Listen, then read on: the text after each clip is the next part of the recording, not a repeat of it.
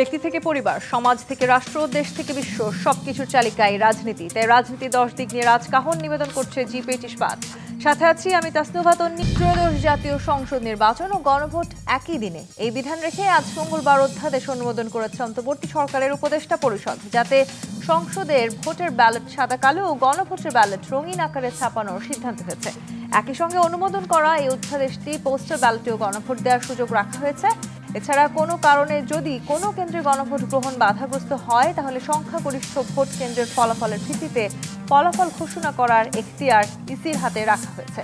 এদিকে জাতীয় নির্বাচন নিয়ে সাধারণ ভোটারদের মধ্যে ধারণা থাকলেও গ্রামীণ অঞ্চলের মানুষ এখনও গণভোট সম্পর্কে কম ধারণা রাখায় আসন্ন নির্বাচন কতটা অবাধ ও সুষ্ঠু হবে তা নিয়ে অনেককেই প্রশ্ন তুলছেন।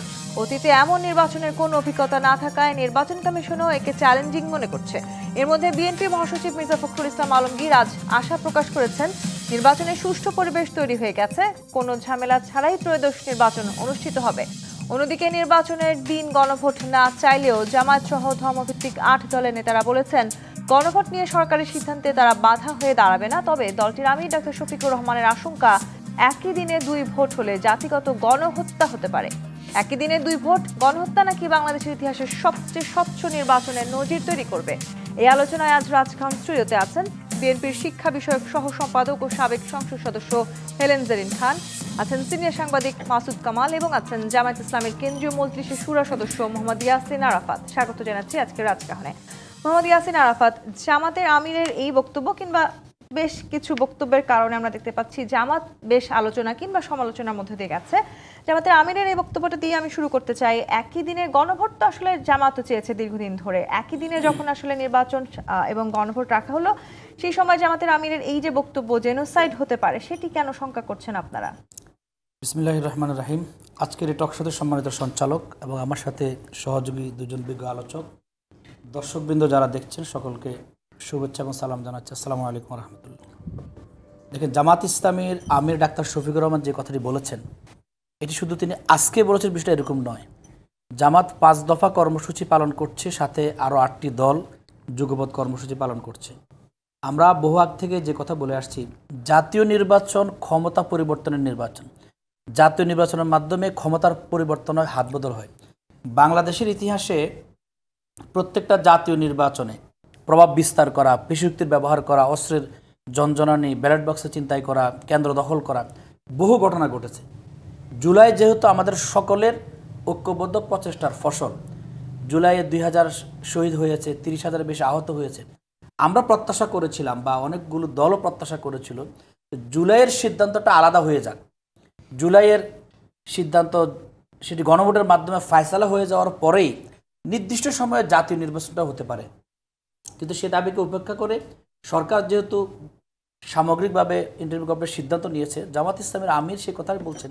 আমরা বারবার যে দাবি করে আসছি, যে আশঙ্কা করে আসছি, এই আশঙ্কাটা এখনও রয়ে যাচ্ছে। দেখেন, একদিকে হচ্ছে বিএনপির আভ্যন্তরীণ কোন্দল। আপনারা লক্ষ্য করবেন, বিএনপি যখন দলীয় প্রার্থী ঘোষণা করে চট্টগ্রামে প্রথম প্রচার অভিযানে নেমে সেখানে গুলিবিদ্ধ হয়ে নিহত হওয়ার ঘটনা ঘটেছে। আরও বহু জায়গায় সংঘর্ষের ঘটনা ঘটেছে। এর পাশাপাশি পতিত ফেসিবাদী যারা আওয়ামী লীগ, তারাও কিন্তু নির্বাচন বানচালের চেষ্টা করবে। যদি গণভোটটা, আপনাদের নেতাই বলেছেন আওয়ামী লীগের ভাইদের ভয়ের কোনো কারণ নেই, এটা আমাদের নেতাকে বলেছে। এটা বহু জায়গায় আমরা বিএনপির জায়গায় দেখেছি। বিএনপির তারা বলেছে কোনো মামলা থাকবে না। বিএনপির মহাসচিব তো স্পষ্টভাবে বলেছেন যে আওয়ামী লীগের কোনো মামলা থাকবে না, তাদের দুঃখ করার কোনো কিছু নেই। কোথাও কোথাও বলেছে বিএনপির বিজয় মানে আওয়ামী লীগের বিজয়। এরকম বহু কথা আপনার সোশ্যাল মিডিয়ার মাধ্যমে দেখেছেন, মিডিয়া আপনার খোঁজখবর রাখেন। কিন্তু আমি যে কথাটা বলছি সেটি হচ্ছে, গণভোটটা যদি আলাদা হয়ে যেত, সরকার পরিবর্তনের নির্বাচন হয়তো আওয়ামী লীগ পূর্ণ শক্তি দিয়ে নাশকতা করার চেষ্টা করবে। গণভোটে এটা করতো না তারা, কারণ গণভোটের জায়গা থেকে তারা সেটিকে আলাদা গুরুত্ব দিয়ে আলাদাভাবে এটিকে বানচালের চেষ্টা করতো না। সেই জায়গায় জামাত ইসলামী এখনও পর্যন্ত আমির যে কথা বলছেন, আমরা সেই কথাটা এখনও পর্যন্ত ধারণ করি যে এখানে নাশকতার একটা সম্ভাবনা আছে। যে নাশকতার জায়গা থেকে দেশি বিদেশি শক্তি, ভারত আজকে পর্যন্ত বাংলাদেশের ব্যাপারে তাদের অবস্থান স্পষ্ট করেনি। শেখ হাসিনাকে ফেরত দিবে কি দিবে না সেটা স্পষ্ট করেনি। এবং বাংলাদেশে বিভিন্ন সময় যে হঠাৎ করে বিক্ষোভ হচ্ছে, জ্বালাও পড়া হচ্ছে, বাসে আগুন লাগাচ্ছে, সেখানে তো ইন্ধন থাকতে পারে। সুতরাং দেশি ষড়যন্ত্র, বিদেশি ষড়যন্ত্র, পতিত স্বৈরাচারের ষড়যন্ত্র সকল মিলিয়ে যদি একটা জাতীয় নির্বাচনে তারা এফোর্ট দেওয়ার চেষ্টা করে, তাহলে সেখানে তো আশঙ্কা অবশ্যই থেকে যায়। সেটি গণভোট আগে হলে যে তারা এই এফোর্ট দেওয়ার চেষ্টা করবেন না, সেই বিষয়ে নিশ্চয়তা কি জামায়াতের কাছে আছে? আমরা বিশ্বাস করি আমাদের জায়গা থেকে, এবং আমাদের অনেকগুলো দল বিশ্বাস করে, যেহেতু গণভোট ক্ষমতা পরিবর্তনের নির্বাচন নয়, সেই জায়গা হয়তো আওয়ামী লীগ সেভাবে। কিন্তু মোহাম্মদ ইয়াসিন আরাফাত, আপনারা কি আসলে মনে করেন যদি ফেব্রুয়ারিতে জাতীয় নির্বাচন হয়, সেক্ষেত্রে ঠিক যে কয়দিন হাতে সময় আছে, সেই সময়টার মধ্যে গণভোট করা সম্ভব, সেই সক্ষমতা আছে? এই প্রশ্নটা আপনি যখন করছেন তার 3 মাস আগে এই প্রশ্নের সমাধান হিসেবে আমরা বলেছি দ্রুত সিদ্ধান্ত নেন। আমরা যেমন বিএনপির সিদ্ধান্তের অনিয়মের কারণে তো তারা শুরুতে গণভোটের জন্য রাজি ছিল না, শুধু গণভোটের সিদ্ধান্ত নিতে বিএনপির 3 মাস সময় লেগে গেছে। যদি 1 মাসের আলোচনায় গণভোটের সিদ্ধান্ত হয়ে যেত, জাতীয় নির্বাচন আগে আমরা 5 মাস সময় পেতাম। আমাদের নভেম্বরের শেষে আমরা গণভোটের দাবি করেছিলাম, আপনার মনে থাকার কথা। সুতরাং এই প্রশ্ন আসবে, আমরা বারবার বলেছি যে বিএনপি কাল ক্ষেপণের রাজনীতি করছে। এক সময় আসে বলবো যে এখন কি সময় আছে, এখন কি গণভোট করার সময় আছে, এই কথা উঠবে। এই কথা আমরা 2 মাস 3 মাস আগে থেকে বলা শুরু করেছিলাম, কিন্তু আজকে তো সেই জায়গায় নিয়ে আসছে। এখন আমরা বৃহত্তর স্বার্থে জামাত ইসলাম আমির যে কথা বলছেন, সরকার যে সিদ্ধান্ত নিয়েছেন, আমরা হয়তো সেই সিদ্ধান্ত মেনে নিয়ে নির্বাচনে যাব, কিন্তু এই আশঙ্কা তো থেকে যাচ্ছে। আপনাদের আমির তো এই কথা বলেছেন নির্বাচনের দিন গণভোট চাই না। আমি সে কথা বলছি, এখনো পর্যন্ত আমাদের 8 দলের কর্মসূচি চলমান আছে। 30 তারিখ থেকে বিভাগীয় পর্যায়ে কর্মসূচি চলমান থাকবে। আমি জামাত ইসলামী যে স্ট্যান্ড গ্রহণ করেছে সেটা হচ্ছে গণভোট এখনো আগে হওয়া সম্ভব। তফসিল ঘোষণা করেও গণভোট সম্ভব। আপনি নির্বাচনের তফসিল ঘোষণা করেও, তফসিল ঘোষণার 1 সপ্তাহ বা 10 দিন পরেও গণভোট আয়োজন করতে পারে এবং ফেব্রুয়ারিতে নির্বাচন করতে পারে। আসবো আপনার কাছে মাসুদ কামাল, গণভোট এবং সংসদ নির্বাচন দুটো একদিনে হওয়া নিয়ে আসলে নানান রকমের বিরোধ সৃষ্টি হচ্ছে হঠাৎ করেই। এই গণভোটের দাবি আসলে সবাই মেনে নিয়েছিলেন, কিন্তু কবে হবে সেটি নিয়ে আমরা দেখতে পাচ্ছি দূরত্ব বাড়ছে। জামায়াত ইসলামের আমির তিনি বলেছিলেন কাউকে খোঁচানোর জন্য কিংবা কারো খোঁচার জবাব দেওয়ার সময় আমাদের নেই। সেই সময় যদি না থাকে তাহলে আসলে জামায়াতের আমির যেই শঙ্কা করছেন নির্বাচনের দিন যদি গণভোট হয় জেনোসাইড হতে পারে। আবার বিএনপি বলছে তারা এই সিদ্ধান্তে যথেষ্ট খুশি। সরকার আসলে কি করবে? সরকার তো করেই দিছে, সরকার তো ডিক্লেয়ার করে দিচ্ছে এটা নির্বাচনের দিনই হবে। এখানে তো সরকার নতুন করে করার কিছু নাই। গণভোটের যেমন আমাকে যদি আপনি জিজ্ঞাসা করেন, আমি ব্যক্তিগতভাবে গণভোটের পক্ষে না, আমি পার্সোনালি গণভোটের পক্ষে না, এটা আমার পার্সোনাল অপিনিয়ন। জামাতে ইসলাম সহ অথবা বিএনপি সহ অন্যান্য যে সমস্ত পলিটিক্যাল পার্টিগুলো সেই ঐক্যমত্য কমিশন আলোচনায় গিয়েছিলেন, তারা গণভোটকে মেনে নিয়েছেন, নানা আলোচনা করে মেনে নিয়েছেন। তাদের মধ্যে বিরোধ যে এটা আগে হবে না পরে হবে। সরকার সিদ্ধান্ত দিয়েছে এটা পরে হবে, ইলেকশনের দিন হবে। আর ইলেকশনের দিন হবে বলাতে জামাত আনহ্যাপি, কারণ তারা যেটা চাইতে তো পায় নাই, তা আনহ্যাপি হতেই পারে। আবার বিএনপি চায় নাই যে উচ্চ কক্ষে পিয়ার হোক, ওটা জামাত চাইছে, ওটা আবার সরকার বলছে উচ্চ কক্ষে পিয়ার হোক। তো ওখানে বিএনপি আনহ্যাপি কিন্তু জামাত হ্যাপি, কিন্তু এটা নিয়ে তো বিএনপিও কোনো আন্দোলন করে নাই, আমি মানি না। তার মানে সরকারের সিদ্ধান্ত, মানে ডক্টর ইউনূস সাহেবের সিদ্ধান্ত যে গণভোট নির্বাচনের দিন হবে এবং উচ্চকক্ষে পিয়ার হবে। মানে তাহলে জামাতে আমি যে শঙ্কা করছি নির্বাচনের দিন গণভোট হলে যদি জেনোসাইড হয়, উনি তো শুনেন জিনিসটা বলি আপনাকে, উনি তো এটা চান নাই, কথা খেয়াল করেন, উনি তো চান নাই নির্বাচনের দিন হোক। এখন কেন চান নাই সেটা উনি ব্যাখ্যা করতেই পারেন, ব্যাখ্যা উনি করতেছেন। ওনার হিসাবটা একদিক দিয়ে উনি অনামতে উনি বলছেন, উনি কি ব্যাখ্যা দিচ্ছেন উনি তো ব্যাখ্যা দিলেন এই মাত্র। ব্যাখ্যা ওনার বক্তব্য হলো নির্বাচনে যদি বিভিন্ন প্রতিদ্বন্দ্বী প্রার্থী থাকবে তাদের মধ্যে সংঘাত হতে পারে, নির্বাচন বানচাল করার জন্য আওয়ামী লীগও মাঠে নামতে পারে। যদি সংঘাত হয়, বানচাল হয়, তাহলে তো ওখানে একটা মারামারি হবে, হতেই পারে। সেইভাবে গণভোটটা একই সঙ্গে দুইটা হলে ঝামেলা হতে পারে। আবার এর বিপরীত বক্তব্য কিন্তু আছে, গণভোট যদি আগে হতো, মনে করেন আপনার নির্বাচনের আগে ডিসেম্বর হইতো, অক্টোবর হইতো, নভেম্বর হইতো, যখনই হইতো, সেক্ষেত্রে আবার কিন্তু ভোট কম পড়ার একটা আশঙ্কা ছিল। কারণ আমরা দেখেছি 91-এ যে গণভোটটা হয়েছিল, আপনি এর আগের যেটা গণভোটকে হিসাবে বাইরে রাখেন, মানে এরশাদ এবং জিয়াউর রহমানের গণভোটের হিসাবে বাইরে রাখেন, কারণ ওটা তো সামরিক শাসনের অধীনে তাদের সামরিক শাসনটাকে বৈধতা দেওয়ার জন্য হয়েছে। ওটা তো ভোট কে দিছে না দিছে জানি না, ভোটের হিসাব বিশাল হয়ে গেছে। কিন্তু প্রকৃত গণভোটটা হয়েছে 91-এ। শাহাবুদ্দিন সাহেব যখন গণভোট করলেন যে প্রেসিডেন্সিয়াল সিস্টেম থেকে পার্লামেন্টারি সিস্টেমে যাবেন, সেই গণভোটে ভোট পড়ছিল কত? 34.9%। মানে ধরলাম 35%, যদি 35% হয় তাহলে 65% লোক গণভোটের ব্যাপারে তাদের কোনো আগ্রহী ছিল না। তো ওইটাও তো একটা গণভোটের জন্য অপমান না বলেন? 65% লোক যাই নাই ভোট দিতে, এটা কী তুমি, এটা পাত্তা নাই কোনো। তো এখন যদি আপনি এটা আগে করতেন, এই জিনিসটা ছিল আরও কম ভোট পড়তে পারে। এই কারণে কম ভোট পড়তো যখন আওয়ামী লীগ এটাকে আপনার মানে হাস্যকর বানানোর জন্য তারা এসে ভোট দিত অথবা ভোট দিত না, বিএনপি তো এটা চায় না, তারাও ভোট দিত কিনা যায় না, একটা ঝামেলা হতো, রিস্ক ছিল। কিন্তু আমি যেটা বারবার বলতেছি সেটা হলো গিয়া গণভোটের যে আমি কোনো প্রয়োজনীয়তা মনে করি না। আপনি এমন একটা গণভোট করতেছেন যে গণভোট একটা অর্থহীন গণভোট, কারণ আপনি যে প্রশ্ন 4টা প্রশ্ন আপনি মোটা দাগে নিয়ে আসছেন, দেখেন সেটা তৃণমূল পর্যায়ে পর্যন্ত কয়জন ভোটার বুঝতে পারছেন? ভাই তৃণমূল পর্যায়ে বাদ দেন, গাছের আগায় যে মাটি মূলে যাওয়া লাগবে না, আগায় যারা আছে তারা কি বুঝে? তারাও তো বুঝেন। আমি আপনাকে সিম্পল একটা এক্সাম্পল দেখে দিলাম, বুঝবেন। আমার কাছে আছে, এটা সবসময় সঙ্গেই রাখি আমি। দেখেন ওখানে কি বলছে, ক খ গ ঘ, ঠিক আছে, আমি একটু পরিষ্কার, বেশিক্ষণ লাগবে না আমার, আপনি খটা খেলে শুনেন। খটা বলছে আগামী সংসদে হবে 2 কক্ষ বিশিষ্ট, ঠিক আছে, এটা বললাম না আপনি, সরি আমি ওটা না, আমি কটা পড়ি আপনাকে, কটা শোনেন। নির্বাচনকালীন সময়ে তত্ত্বাবধায়ক সরকার, নির্বাচন কমিশন এবং অন্যান্য সাংবিধানিক প্রতিষ্ঠান জুলাই সনদে বর্ণিত প্রক্রিয়া আলোকে গঠন করা হবে। এই যে অন্যান্য সাংবিধানিক প্রতিষ্ঠান, এটা জুলাই সনদে যেভাবে বলা হয়েছে সেভাবে প্রতিষ্ঠা করা হবে। অন্যান্য সাংবিধানিক প্রতিষ্ঠান কী কী আছে? দুদক আছে, পিএসসি আছে, এগুলি কিন্তু সাংবিধানিক প্রতিষ্ঠান। হ্যাঁ, তারপরে আপনার অডিটর জেনারেল পোস্ট আছে।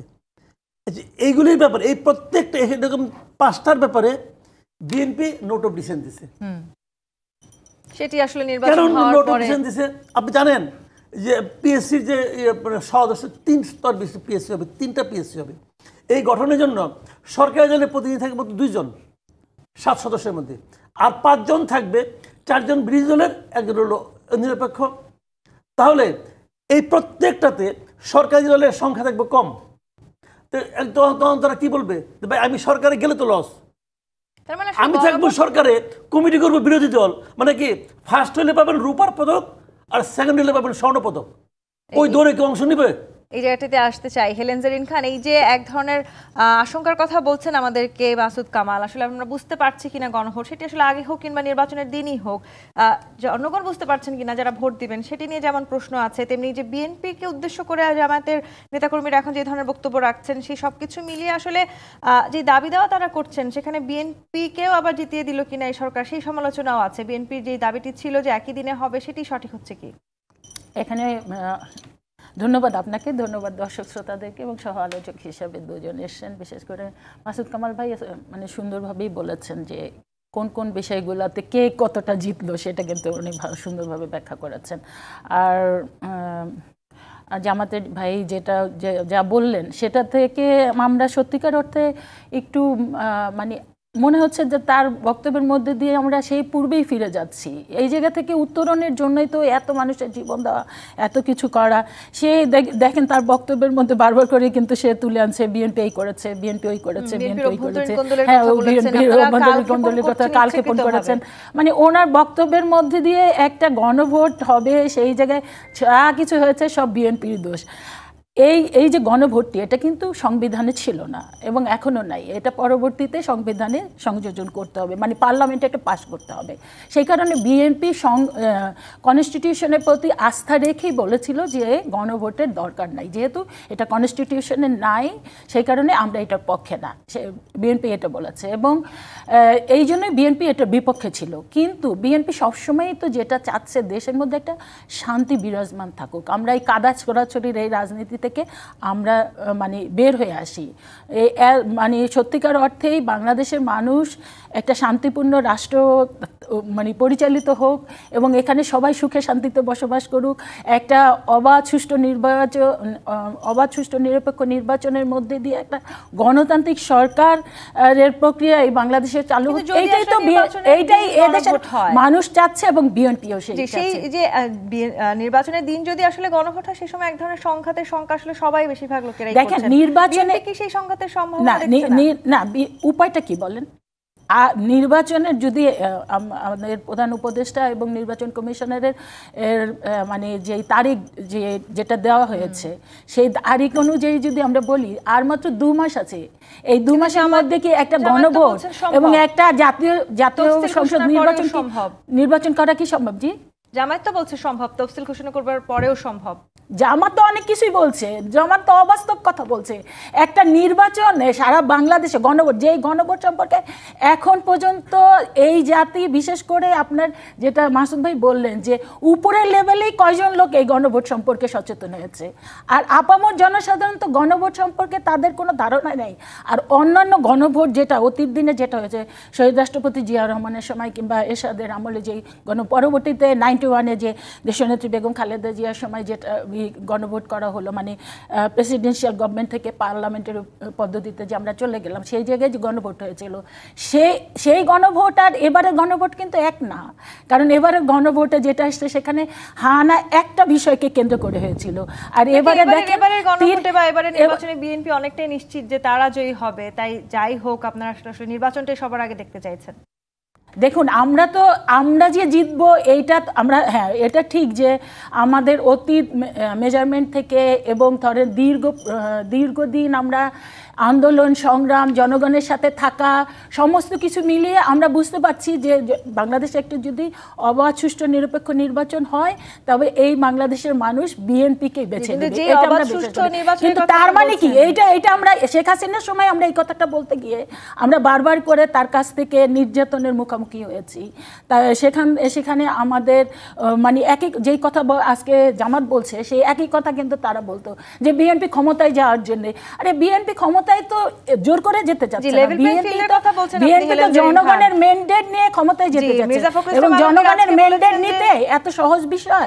সেই জন্য তো জনগণের হৃদয় জয় করতে হবে, সেই কাজটি তো বিএনপি দীর্ঘদিন যাবত করে আসছে। ফখরুল ইসলাম আলমগীর আজকে বলেছেন নির্বাচনে লেভেল প্লেইং ফিল্ড তৈরি হয়ে গেছে, এবং জামায়াতের আমির বলেছেন নির্বাচনের কোনো লেভেল প্লেইং ফিল্ড হয়নি এবং সেটি তাদের তৈরি করতে হবে, নয়তো দেশ সংকটে পড়বে। দেখেন, জামায়াতের আমির যে বিষয়টা আসবো, বিরতির সময় হয়েছে। দর্শক, জি25 ইস্পাত-নির্মিত রাজখান থেকে বিরতি নিয়ে ফিরছি, সাথেই থাকুন। জি25 ইস্পাত-নির্মিত রাজকাহন দেখছেন। মাসুদ কামাল, বিএনপির নেতা যখন বলছেন লেভেল প্লেইং ফিল্ড তৈরি হয়ে গেছে, জামায়াতের আমির বলেছেন লেভেল প্লেইং ফিল্ড তৈরি হয়নি। আবার একই সময় জামায়াতের নেতা বলেছেন শুধু জনগণ দিয়ে নয়, নির্বাচনী এলাকায় প্রশাসনে যারা আছে তাদের সবাইকে আন্ডারে নিয়ে আসতে হবে, তাদের কথায় উঠবে, আমাদের কথায় বসবে, আমাদের কথায় গ্রেপ্তার হবে, আমাদের কথায় মামলা করবে। তাহলে আবার লেভেল প্লেইং ফিল্ডের জন্য অপেক্ষা কেন? দেখেন, লেভেল প্লেইং ফিল্ড নিয়ে যে সমস্ত কথাবার্তা হচ্ছে, কি বিএনপির কি জামাতের, এগুলো আসলে আমার বিবেচনায় তাদের রাজনৈতিক বক্তব্য। মানে জনগণের কাছে যাওয়ার সময় তো কোনো না কোনো কথা একটা বলতে হয়, তো এগুলি তাদের একটা পলিটিক্যাল একটা স্টেটমেন্ট, তারা এভাবে বলতেছে মাঠ গ্রহণ করার জন্য বলে। বাস্তবতা হলো এখন যে প্রশাসনে যে মানে আপনার মাঠ পর্যায়ে যে লোকগুলো আছে, কিছুদিন আগে দেখলাম যে জেলা প্রশাসক বদলি করা হয়েছে সবগুলি, তারপরে শুনতেছি যে এসপি নাকি বদলি করা হবে অথবা হয়েছে লটারির ভিত্তিতে করা হয়েছে। আচ্ছা, তো আমি কিন্তু মনে করি এই বদলিগুলো ঠিক হয় নাই, এটা আমার বিবেচনা ঠিক হয় নাই। মানে কি, এটা আসলে সরকারের কাজ না। নির্বাচন পরিচালনা করবে নির্বাচন কমিশন, নির্বাচন কমিশনই এই বদলিগুলি করবে। যদি নির্বাচন কমিশনে এখন দেখবেন আপনি কিছুদিন পরে কী হবে জানেন, মনে করেন 64টা জেলা আছে, 30টা দিকে আঙুল তুলবে জামাত, বলবে এরা হলো গিয়া বিএনপির ডিসি। আবার যেগুলি নাকি একটু কথাবার্তা কম শুনে বিএনপির, সেগুলির দিকে বিএনপি আঙুল তুলবে, বলবে এগুলি জামাতের ডিসি। তাহলে জামাতের ডিসি এলাকায় তারা যেখানে সন্দেহ করতেছে, সেখানে যদি জামাতের কোনো প্রার্থী পাশ করে, তখন তারা বলবে জামাতের ডিসি ছিল, সে ওখানে জামাতকে পাশ করে দিছে। আবার বিএনপি এলাকায় বিএনপি জিতলে বলবে বিএনপি ডিসি ছিল, বিএনপিতে পাশ করে দিছে।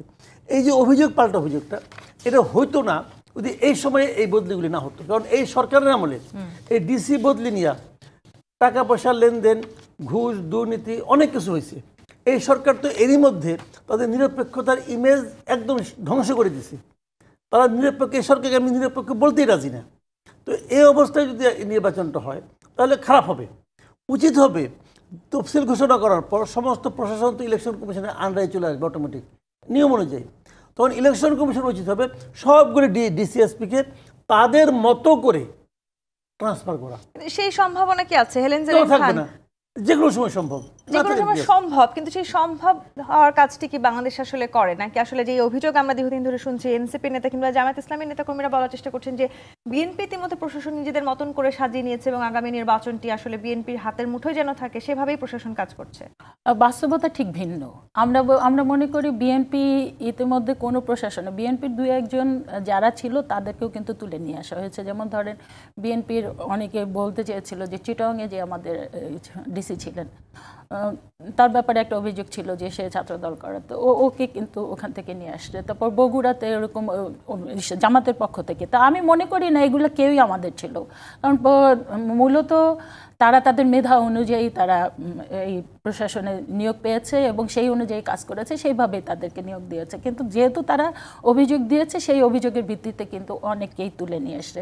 বরং আমরা বিভিন্নভাবে মানে জানতে পারি, বিভিন্নভাবেই করতে পারি যে জামাতেরই প্রশাসনকে পুরো জামাতে মানে আপনার পত্রপত্রিকা বলেন কিংবা আমাদের পক্ষ থেকে আমাদের নীতি নির্ধারকরা মানে বিভিন্ন রকমের জরিপ করে দেখেছে যে জামাতেরই অধিকাংশ জায়গায় কিন্তু প্রশাসন তারা দখল করে আসছে। তাই এই অভিযোগগুলো ডেভিড বার্গম্যানের একটা বিশ্লেষণে আমি একটু আপনাকে জানাতে চাই। তিনি বলেছেন বিএনপি এবং জামাতের পার্থক্য কম এবং অনিশ্চিত ভোটার বেশি। অনিশ্চিত ভোটার বেশি হতে পারে। এই ধরনের নির্বাচনের আগে অনেকে অনেক ধরনের মতামত ব্যক্ত করবে, অনেক ধরনের জরিপ আসবে, সেটার কিছুটা ভিত্তি থাকতেও পারে আবার নাও থাকতে পারে। কিন্তু আমরা মাঠ পর্যায়ে যেটা জানি এবং দীর্ঘদিনের রাজনৈতিক অভিজ্ঞতা থেকে, আমি 2008 সালে নির্বাচন করেছি, সেই অভিজ্ঞতা থেকে আমি বলবো যে বাংলাদেশের মানুষ সম্পূর্ণভাবে প্রস্তুত ভোট দেওয়ার জন্য, এবং ভোট যদি বাংলাদেশের মানুষ দিতে পারে তাহলে বিএনপিকে বিপুল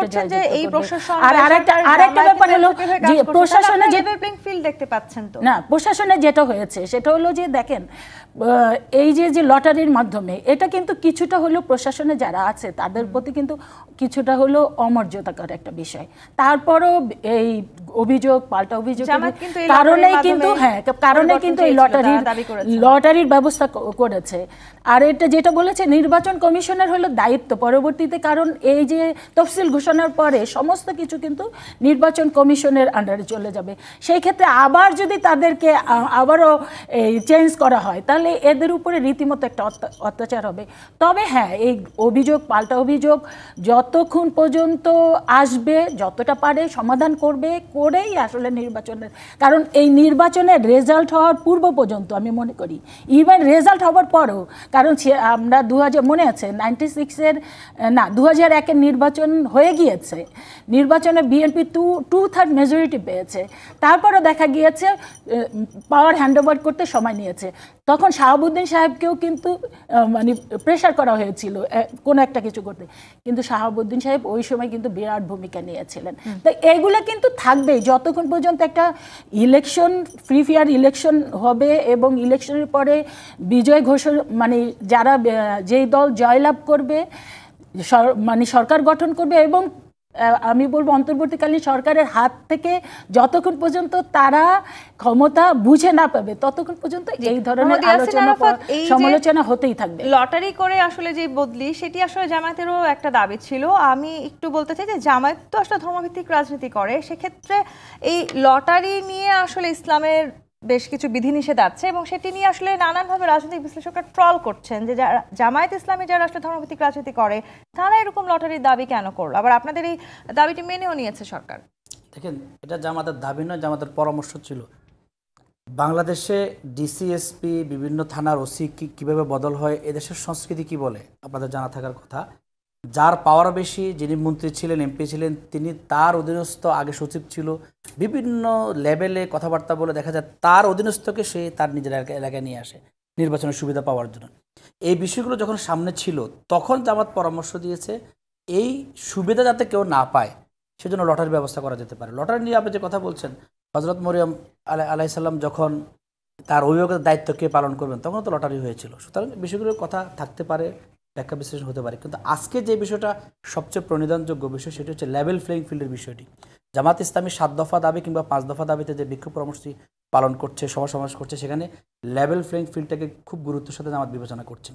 দেখেন, একদিকে উনি বলছেন যে প্রশাসনের সব জামাত দখল করে আছে, আবার মির্জা ফখরুল ইসলাম আলমগীর সাহেব তিনি বলছেন 100% লেভেল প্লেইং ফিল্ড আছে। তাহলে জামাতের দখল করা থাকায় লেভেল প্লেইং ফিল্ড নিশ্চিত হয়, এটা কি তারা বলছেন? নাকি ওনারা বলেন যে 2 জন 3 জন বা 4 জন জামাতের সচিব, কথার কথা, তাহলে বাকি আরও 50 60 100 জন কাদের সচিব? ওনারা বলেন বিভিন্ন ঢাকা বিশ্ববিদ্যালয় সহ কয়েকটা বিশ্ববিদ্যালয়ের বিসি জামাত ইসলামী সমর্থিত, তাহলে আরও 29টা বিশ্ববিদ্যালয় বিসি কার সমর্থিত? 100 বা 150 প্রাইভেট বিশ্ববিদ্যালয় আছে, সেখানে কাদের লোকজন বসে আছে?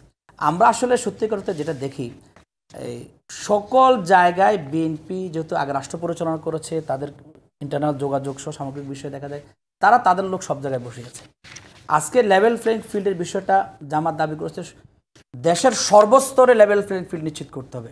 নির্বাচন কমিশনে আজকে কারা আছে, সরকারের বিভিন্ন প্রশাসনে কারা আছে, সচিব কারা আছে, যেই মন্ত্রণালয় থেকে যে জায়গা থেকে বিভিন্ন ডিসিএসপি পরিবর্তন হয় সেখানে সচিব নিয়োগের সময় যাকে নিয়োগ করা হচ্ছিল বলে জামাত খবর পেয়েছিল, জামাত প্রধান উপদেষ্টার সাথে কথাবার্তা বলে তার রাজনৈতিক ব্যাকগ্রাউন্ড প্রধান উপদেষ্টার কাছে নথিপত্র সব পাঠিয়েছে যে এই ব্যক্তিকে কোনোভাবে আপনারা পদত্যাগ দাবি করেছেন, সেই 3 জন উপদেষ্টার নামই বা কেন আপনারা আসলে জনসংখ্যা বলছেন না?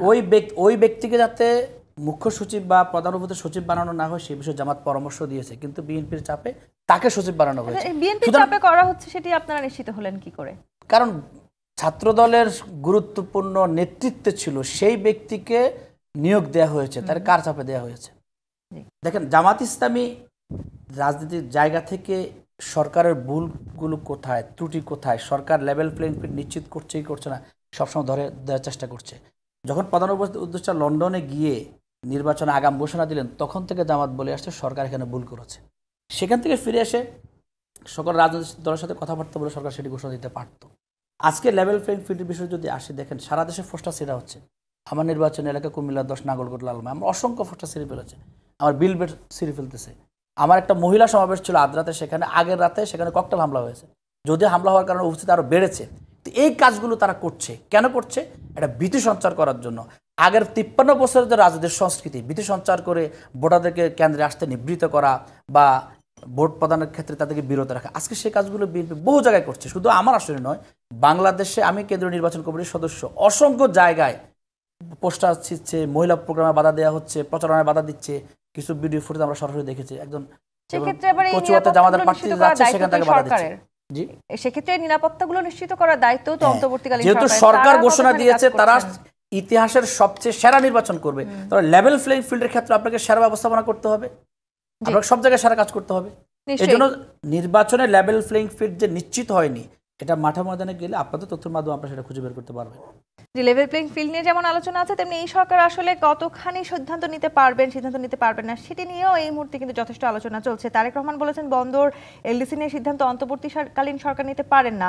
আবার অ্যাটর্নি জেনারেল বলেছেন রাজনৈতিক সরকার যে সিদ্ধান্ত নিতে পারে, অন্তর্বর্তী সরকার একই সিদ্ধান্ত নিতে পারে। এই প্রভাবগুলো আসলে রাজনীতিতে বা সামনের নির্বাচনে কতখানি পড়তে যাচ্ছে, আমরা এই আলোচনাতে আসতে চাই। জিপি ইস্পাত মিত্র রাজকাহন থেকে একটি বিরতি নিয়ে ফিরছি, সাথেই থাকুন। জিপি ইস্পাত মিত্র রাজকাহন দেখছেন মাসুদ কামাল, এই সরকারকেই আসলে দিন শেষে সব ধরনের সিদ্ধান্ত নিতে হচ্ছে অন্তত নির্বাচনের আগ পর্যন্ত, এবং নির্বাচনে যে সহিংসতা কিংবা যে গণহত্যার সংখ্যা জামায়াত দেখছে সেটি থেকেও আসলে দূরে সরিয়ে নিয়ে আসার জন্য এই সরকারকেই ভূমিকা রাখতে হবে। সেই সময়টাতে আবার আমরা দেখতে পাচ্ছি তারেক রহমান যখন বলছেন বন্দর এলডিসি নিয়ে সিদ্ধান্ত নিতে পারে না অন্তর্বর্তী সরকার, অ্যাটর্নি জেনারেল বলেছেন রাজনৈতিক সরকার যে সিদ্ধান্ত নিতে পারে, অন্তর্বর্তী সরকার একই সিদ্ধান্ত নিতে পারেন।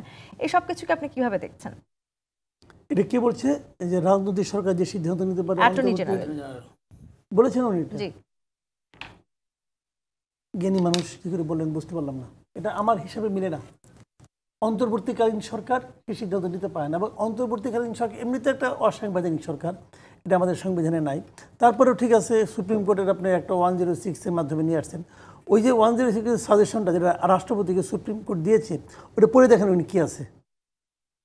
অ্যাটর্নি জেনারেল তো মহাজ্ঞানী মানুষ, ওটা পড়ছে, হোমওয়ার্ক করে, ওটার মধ্যে কী লেখা আছে? লেখা আছে যে ডে টু ডে কাজগুলো তারা কেবল করবে। আপনি এখানে বৈশা আগামী 32 বছরের জন্য একটা লিস্ট দিবেন, এটা কি আপনার ডে টু ডে ওয়ার্ক? এত বড় সিদ্ধান্ত আপনি নিয়ে যেতে পারেন, এবং এই সিদ্ধান্ত নিতে সময় লাগছে মাত্র 13 দিন। মাত্র 13 দিনের গবেষণা করে তার সিদ্ধান্ত দিয়েছে। কি শর্তে দিচ্ছে সেটা পর্যন্ত পাবলিককে বলে না। জিজ্ঞাসা করলে বলে কি এটা নন ডিসক্লোজার এগ্রিমেন্ট, এটা G2G এগ্রিমেন্ট। আর G2G কি? ইংরেজি অক্ষরগুলি তো আমরা চিনি। G2G অর্থ কি? Government to government. তুমি কি সুইজারল্যান্ড অথবা ডেনমার্কের গভর্নমেন্টের সঙ্গে চুক্তি করছে? ওখানকে দুটো প্রাইভেট কোম্পানির সঙ্গে চুক্তি করছে। G2G কাকে বলে? আশিক চৌধুরীর কাছে আমার শিখতে হবে। ওই লোক তো দেশের ফুল নাগরিক এটিও না। বলেছেন সরকারের জনবিচ্ছিন্ন জনবিরোধী কোনো এজেন্ডা নেই। হ্যাঁ, এটিও বলেছেন অ্যাটর্নি জেনারেল যে সরকারের জনবিচ্ছিন্ন এবং জনবিরোধী কোনো এজেন্ডাই নেই। অ্যাটর্নি জেনারেল কীভাবে বলছে এটা সে জানে, কীভাবে নিয়েছে। সে নাকি আবার শুনলাম বিএনপি থেকে নাকি নমিনেশন চায়। বিশাল অবস্থা তার একটা। তার দলের নেতা বলে এক কথা আর উনি বলে আরেক কথা। তো বিএনপি তার চেয়ারপারসন বানাই দেন, ফালতু কথা। শুনবে বিএনপি কি স্ট্যান্ড আমার জানা দরকার নেই। তারেক রহমান কি বলছে ওনার, এটাও আমার নিয়ে আমার কোনো আগ্রহ নাই। বাট আমি একজন নাগরিক হিসেবে মনে করি বন্ধন নিয়ে এই গভর্নমেন্ট যা করতেছে এটা এই গভর্নমেন্ট এখতিয়ারের মধ্যে পড়ে না, স্ট্রেট পড়ে না। এটা অ্যাটর্নি জেনারেল বলুক আর যেই বলুক। সেক্ষেত্রে আসলে এই সরকারের সক্ষমতা নিয়েও তো নানানভাবে প্রশ্ন তোলার এক ধরনের সুযোগ সক্ষমতা আছে। এটা হলো কি আমার বিবেচনায় এই বাংলাদেশের ইতিহাসে সবচেয়ে অযোগ্য সরকার এটা একটা। মোহাম্মদ ইয়াসিন আরাফাত, তার মানে আপনারা আসলে যে শঙ্কা করছেন বা আপনাদের জামায়াতে আমি যে শঙ্কা করছে যে গণহত্যার যদি শঙ্কা হয়ে থাকে সেটি তাহলে ইতিহাসের সবচেয়ে স্বচ্ছ নির্বাচন হবে নাকি সবচাইতে বেশি এক ধরনের শঙ্কার নির্বাচন সামনে দেখতে পাচ্ছি আমরা আশাবাদী, কিন্তু এখানে আশঙ্কা আছে। আশঙ্কা এর জন্য আছে যখন দেখা যায় চাঁদাবাজির অভিযোগে একজনকে পুলিশ থানায় তুলে নিয়ে যায়, তাকে ঘেরাও করে আবার সেখান থেকে ছাড়া নিয়ে যাওয়া হচ্ছে। এই আশঙ্কার জন্য আপনাদের নেতা কি আসলে সবাইকে বলছেন যে আপনাদের কথাই গ্রেফতার করবে, আপনাদের কথাই মামলা করবে? আশঙ্কাগুলোর কথা শুনেন। আজকে পর্যন্ত আমরা যে অভিযোগগুলো তুললাম, আমাদের নারী নেতৃত্বের উপর হামলা হলো, কোনো গ্রেফতার করা হলো? প্রকাশ্যে দিবালোকে যে হুমকি দেওয়া হলো যে কেউ দানের শীষের বাইরে অন্য প্রতীকে ভোট দিয়ে নিরাপদে ঘরে ফিরে আসতে পারবে না, তার ব্যাপারে কোনো ব্যবস্থা নেওয়া হলো? পাথর মেরে পুরান ঢাকায় যে মানুষ হত্যা হলো তার ব্যাপারে দৃশ্যমান কোনো শাস্তিমূলক ব্যবস্থা বা গ্রেপ্তারের ঘটনা বিচারের দৃশ্যমান কিছু দেখতে পেয়েছেন আপনি? আশঙ্কার কারণ তো সমাজে বিদ্যমান আছে। দেখেন সমাজে এই আশঙ্কাগুলোর পাশাপাশি একটু আপনি অফলাইনে বলছিলেন যে এআই সংক্রান্ত বিষয়ে অনলাইনে যে প্রোপাগান্ডাগুলো চলছে সেগুলোর ব্যাপারে তো সরকারের কোনো পদক্ষেপ নাই। আমি ছোট্ট একটা ঘটনা বলি। আমাদের নাঙ্গলকোটে ছাত্রলীগের একজন সদস্য, সে ক্লাস 8-এ পড়ে, মাসুদ কামালের কোনো একটা শোতে সে কথা বলেছিলেন, আমি একটু দেখলাম। তাকে গ্রেপ্তার করলো কোত্থেকে? তারা টায়ার জালে আগুন জ্বালালো, শেখ হাসিনা রায়ের প্রতিবাদে বিক্ষোভ করলো, সেখান থেকে দুজনের গ্রেপ্তার করা হলো ভাঙচুর করা অবস্থায়। ওদের স্বীকারোক্তির ভিত্তিতে ওই ক্লাস 8-এর ওই ছেলেকে গ্রেপ্তার করা হলো। সেই ছেলেটা কেমন? সেই ছেলেটা কিশোর গ্যাংয়ের সদস্য, মাদক ব্যবসার সাথে যুক্ত থাকার অভিযোগে তাকে কবে গ্রেপ্তার করার চেষ্টা করা হয়েছিল এবং তার মাতার সামনে সে স্বীকারোক্তি দিয়েছে, সে মিছিলে গিয়েছে এবং ভাঙচুরের সাথে সে যুক্ত ছিল। এরপরে কি হলো? তার গ্রেপ্তারের একদিন পরে প্রধান শিক্ষকের কাছে গিয়ে 790 টাকা পরীক্ষার ফি দিয়ে একটা পেপার নিয়ে আসা হলো যে সে তো পরীক্ষার্থী, কিন্তু সে 159 দিনের মধ্যে প্রায় সে 120 দিনে ক্লাসে যায়নি, অনিয়মিত ছাত্র। তাহলে একজন কিশোর যদি অপরাধ করে তার ব্যাপারে ব্যবস্থা নেওয়া হবে না? কিন্তু আজকে পত্রপত্রিকা মিডিয়া বা বিভিন্নভাবে দেখা হচ্ছে কি মানে সরকার কোন একটা পদক্ষেপ নিলে এটি কি সঠিক না বেঠিক কিভাবে গায়েল করা যায়, তো সরকার এখান থেকে তো উত্তরণ হতে পারছে না। মানে কে সত্যিকার আসামি? এই যে আমি বলছি শোনেন, বিভিন্ন জায়গায় যে প্রতিপক্ষ হামলা করা হচ্ছে, গুলি করা হচ্ছে, আজকে পর্যন্ত এই যে গুলি করে যাওয়ার পরে ওই ব্যক্তি গ্রেপ্তার হয়েছে 2-1টা ঘটনা আছে। আজকে পর্যন্ত অস্ত্র উদ্ধারের দৃশ্যমান কোনো ঘটনা নাই। আজকে পর্যন্ত এই বিভিন্ন যে হামলা হচ্ছে, একটা সুষ্ঠু নির্বাচনের জন্য জনগণ কি দেখতে চায়? যে হুমকি দিচ্ছে, যে আলাদা ব্যালট পেপার ছাপাবে বলছে, যে কেন্দ্র আসলে তাকে মারধর করা হবে, লালমাইতে যুব দলের একটা ইউনিয়নের সাংগঠনিক সম্পাদক বলছে জামাতকে পিটাতে হবে। তো আজকে পর্যন্ত কোনো পদক্ষেপ তো দেখা যাচ্ছে না। এইসব পরিস্থিতির মধ্যে দিয়ে এইসব পরিস্থিতি জনগণ শঙ্কিত। সুতরাং একটা লেভেল প্লেইং নিশ্চিত করতে হলে সন্ত্রাসীদের গ্রেপ্তার করতে হবে, অস্ত্র উদ্ধার করতে হবে, আবার সোশ্যাল মিডিয়া যে প্রপাগান্ডাগুলো আছে এবং ছাত্রলীগের সন্ত্রাসী যারা তাদেরকে চিহ্নিত করে গ্রেপ্তার করতে হবে। সেটিকে তারা লেভেল প্লেইং ফিল্ড বলতে রাজি নন, কিন্তু আপনারা রাজি। আবার গণভোট একদিনে হলেও আপনারা কোনো শঙ্কা দেখছেন না, যেখানে জামায়াত গণহত্যার মতো ঘোরতর শঙ্কা কথা বলছে। কারণ আপনাদের নোট অফ ডিসেন্ট আছে, তাহলে আসলে যদি গণভোটে যাই হয় না কেন, নোট অফ ডিসেন্ট আছে বলেই কি আপনারা শঙ্কিত নন? দেখেন, আমি আপনার প্রশ্নের উত্তর দেওয়ার আগে আমি একটু ইয়াসিন সাহেবের কথা বলি। ওনার বক্তব্য থেকে এটাই বারবার করে উঠে আসে, সেটা হলো যে মানে মানুষ দেখবেন কখনো কখনো বিভিন্ন রোগে আক্রান্ত হয়। তা এই মুহূর্তে যে আমার মনে হচ্ছে বিএনপি রোগে আক্রান্ত হয়েছে, সারাক্ষণই বিএনপি করেছে। আচ্ছা, জামাত যে কি করেছে অন্য সব মানুষ, আপনি আমাকে বলতেন সবার আগে শাহজাহান সাহেবকে গ্রেফতার কেন করছে না? শাহজাহান সাহেবকে কেন গ্রেফতার করছে না? শাহজাহান সাহেব এই ধরনের বক্তব্য দিয়েছে, জামাত যে কি চিন্তা করে সেইটার স্পষ্ট মানে ধারণা শাহজাহান সাহেবের বক্তব্যে উঠে এসেছে। শাহজাহান সাহেব যেমন তেমন লোক না, সে তিনবারের এমপি, একজন প্রবীণ নেতা। সেই নেতা এই ধরনের বক্তব্য দিয়েছে, জামাত যে কি ধরনের চিন্তা করে এই লোককে সবার আগে তো গ্রেফতার করা উচিত, কেন করছে না? এখন বিএনপির পক্ষ থেকে তো বিএনপির পক্ষ থেকে দৃষ্টান্ত তো ওই জায়গা থেকে শুরু হওয়া দরকার, যে ওই জায়গা থেকে শুরু হওয়া দরকার। আর ওনারা যে নারী সম্মান, এই যে আমি যে কথা বলছি উনি মিনিমাম কোনো সম্মান দেখাচ্ছেন, আমার কথার মধ্যে ইন্টারফেয়ার করছেন। আপনার কথাই কিন্তু আমি ইন্টারফেয়ার করি নাই। মেয়েদের সম্মান দেন, আপনারা যেইভাবে নারীদেরকে অসম্মান করার চিন্তা ভাবনা করছেন, আপনাদের পক্ষ থেকে যেইভাবে নারীদেরকে ছোট করার চিন্তা ভাবনা করছেন, এইগুলা এই দেশে চলবে না, এইগুলা এই দেশে চলবে না। এর বিরুদ্ধে সবসময় শুনেন। আরেকটা বিষয় হলো যে ওনারা বলেন, ওনারা এই নির্বাচনের প্রসঙ্গ আসলেই ওনারা এটা ওই যে দুষ্ট ছাত্ররা মানে পরীক্ষা দিতে গেলে এই বাহানা সেই বাহানা ওই বাহানা, কখনো ওনারা পিয়ার চায়, কখনো উচ্চকক্ষে চান, কখনো নিম্নকক্ষে চান, কখনো গণভোট চান, কখনো এই ধরনের। হ্যাঁ, আমরা নির্বাচনী জোট তাদের সাথে হয়েছিল, সেটা সত্য, সেটা তো আমরা অস্বীকার করছি না। কিন্তু আমরা এই জামাতের এই চরিত্র এখন যে আমরা এইভাবে, হ্যাঁ আমরা অতীত দিনেও দেখেছি, 71 সালে এই জাতি দেখেছে, পরবর্তীতে ওনারা দেখেছি 96-এ আওয়ামী লীগের সাথে, যে আওয়ামী লীগের কথা ওনারা অনেকেই বলেছে, আবার সেই আওয়ামী লীগের সাথে জোটবদ্ধ আন্দোলন করেছে। তো এটা এই জাতি বিভিন্ন সময় বিভিন্নভাবে দেখেছে। কিন্তু এবার অন্তত পক্ষে এই দীর্ঘ 17 বছর, যদি ওনারা 14 সালের পরে ওনাদের কিন্তু রাজপথে কিংবা জনসম্মুখে দেখা যায়, বিএনপি কোনোভাবে গণহত্যার কোনো সংখ্যা দেখতে পাচ্ছে না একই দিনে গণভোট হলে জাতীয় নির্বাচনের দিনে। বিএনপির পক্ষ থেকে তো আমরা বলেছি একই দিনে, কারণ বাংলাদেশে এরকম এক্সাম্পল আছে। এই যে আপনার যে সিটি কর্পোরেশন নির্বাচন হয় কিংবা আপনার এই যে বিভিন্ন জেলায় যে পৌর নির্বাচনগুলো হয়, সেখানে কিন্তু একই সময়ে, এবং ইউনিয়ন পরিষদ নির্বাচনও একই সময়ে দেখা যাচ্ছে যে চেয়ারম্যান ইলেকশন হচ্ছে কিংবা সিটি কর্পোরেশনের মেয়র ইলেকশন হচ্ছে, পাশাপাশি ওই সময় তো আরও 3টা, এখানে নারী যে ভাইস চেয়ারম্যান হয় তাদের জন্য কিন্তু আলাদা একটা ব্যবস্থা থাকে। তো একই সময় কিন্তু 3-4টা ধাপে কিন্তু জনগণ ভোট দিতে অভ্যস্ত।